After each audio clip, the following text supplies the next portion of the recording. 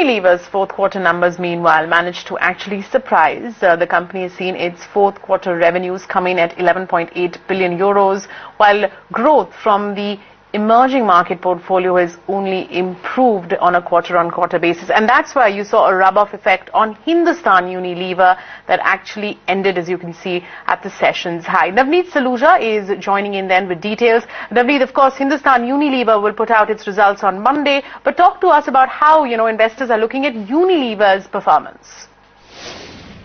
Well, that's right. You had the parent company of Hindustan Unilever, that is Unilever, declaring their quarter 4 earnings today, which was above the street consensus.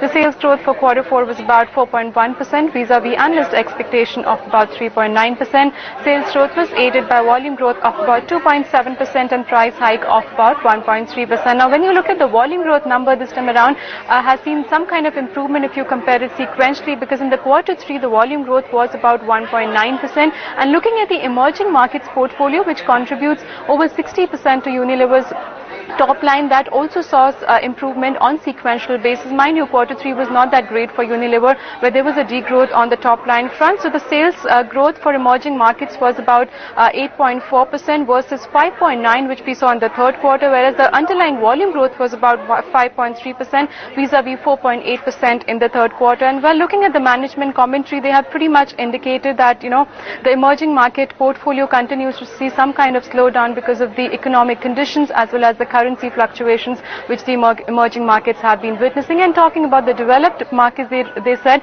they continue to remain weak despite of some kind of macroeconomic improvement in the data which we've seen in the recent past. Overall, talking about the outlook, the management has indicated that they anticipate volatility in the external markets, but they are focused on delivering profitable volume growth, also coupled with sustained core operating margin improvement and strong cash flow. They've also indicated the investment which they have made in the last 5 years will ensure that the company is well placed in the tough economic environment. And if you look at the stock of HUL after the numbers came in and good growth coming in from the emerging markets portfolio, we did see some kind of an uptick coming in for the stock. Mind you, the HUL numbers come on 27th of January and the expectations are not that great. We'll be watching out for the volume growth number, which the street is anticipating to be at about 5%.